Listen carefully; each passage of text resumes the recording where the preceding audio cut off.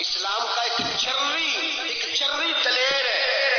اسلام کو ایک ایسا ثبوت اللہ نے عطا کیا ہے کہ یہودی کہتا ہے اگر 6 مہینے یہ شخصیت دنیا میں اور رہتی تو شاید دنیا میں کوئی کافر نہ بچتا. وہ ثبوت کون ہے؟ وہ حضرت عمر فاروق رضی اللہ تعالیٰ عنہ. میرے نبی پاک علیہ السلام نے فرمایا میرے بعد کوئی نبی ہوتے تو خطاب کے بیٹے عمر ہوتے. لو کان نبی بعد لکان عمر ابن خطاب. میرے بعد کوئی نبی ہوتے تو خطاب کے بیٹے عمر ہوتے. تاریخ کا حوالہ اٹھا رہا ہوں، ایک برق الٹ رہا ہوں.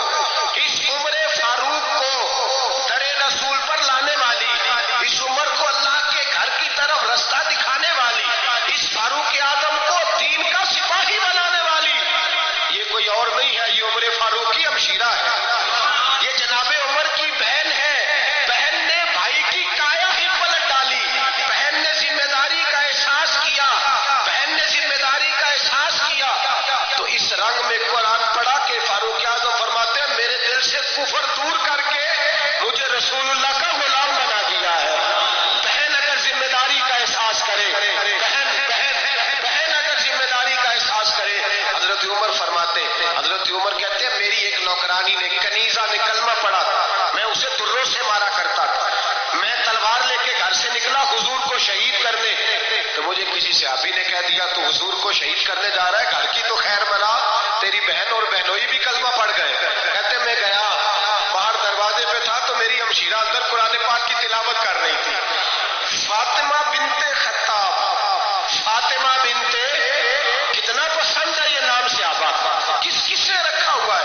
فاطمہ بنت خطاب تلاوت کر رہی تھی. سعید بن زید بہنوئی بھی تلاوت پر سن رہے تھے. فرماتے میں نے قرآن سن لیا، دروازے پہ دستک تو جی. بہن نے دروازہ کھولا، قرآن پاک کے صفحے چھپا دیے. کیا کر رہے تھے تم لوگ؟ بہن خاموش ہو گئی. میں نے کہا بولتے کیوں نہیں؟ مجھے کسی نے بتلایا ہے تم نے کلمہ پڑھا ہے. تو کہتے میری بہن جو مجھ سے اتنا پیار کرتی تھی کہ کبھی بولی نہیں تھی، کبھی باتوں میں کہتا تھا ہو جاتا تھا، آج میں نے اس بہن کی آنکھوں میں توحید کی لذت دیکھی، اس کی پیشانی میں سجدے کا نور دیکھا، اس کے لب و لہجے میں رسول اللہ کی شریعت کی چھاپ دیکھی. تو میری بہن کہنے لگی عمر تم نے جو سنا ہے سچ سنا ہے. اب میں اور میرا خاوند مصطفیٰ کے نوکر ہیں، اب ہم دین کے پیروکار ہیں. کہتے زور سے تماچا مارا، میں گر گئی. میرے خاوند کو مارا پیٹا، کبھی جھگڑا نہیں ہوا تھا. آج پہلے دن عمر نے مارا، میری پیشانی سے خون نکلا. اٹھ کے کھڑی ہوئی. میں نے کہا تو مجھے جان سے پیارا بھائی ہے، زندگی بھر تیرے سامنے کبھی میں نے کلام نہیں کیا، لیکن عمر یہ توحید کی بات ہے، یہ رسول اللہ کی بات ہے. اگر تو خطاب کا بیٹا ہے تو میں بھی خطاب کی بیٹی ہوں. جس ماں کی چھاتیوں سے تو دودھ پی کے چرری ہوا ہے، میں نے بھی اسی ماں کا دودھ پیا ہے. جتنی طاقت ہے تو لڑا لے، جتنی ہمت ہے تو مار لے، لیکن اب میں رسول اللہ کا دامن نہیں چھوڑوں گی. حضرت عمر کہتے ہیں بہن کی قوت ایمانی نے، بہن کی قوت ارادی نے، بہن کے توکل اور یقین نے مجھے مجبور کیا.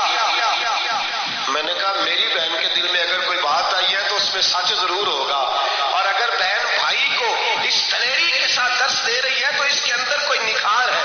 میں نے کہا لا ذرا تو کیا پڑھ رہی تھی؟ جناب عمر کہتے ہیں پھر بہن نے دلیری والا جواب دیا. فرمایا ایسے کیسے لاؤں؟ جا پہلے غسل کر کے آ، جا وضو کر کے آ، کپڑے بدل کے آ. یہ رسول اللہ کا قرآن ہے، یہ اللہ کی کتاب ہے. بے وضو بے غسل نہیں پڑھی جا سکتی. فرماتے میں غسل کر کے کپڑے بدل کے جو بیٹھا، بہن نے قرآن پڑھا، بہن نے قرآن پڑھا. اللہ کرے بہنیں بھائیوں کو قرآن سکھانے لگے، اللہ کرے بہنیں بھائیوں کو حدیث سکھانے لگے، اللہ کرے بہنیں اپنے بھائیوں کو رسول اللہ کے در پر جھکانے لگے. اللہ کرے بہن کہنے لگی آ جا مل کر کے دونوں دین کی. بہن نے قرآن پڑھا. فاروق اعظم رو رو کے نڈال ہو گئے.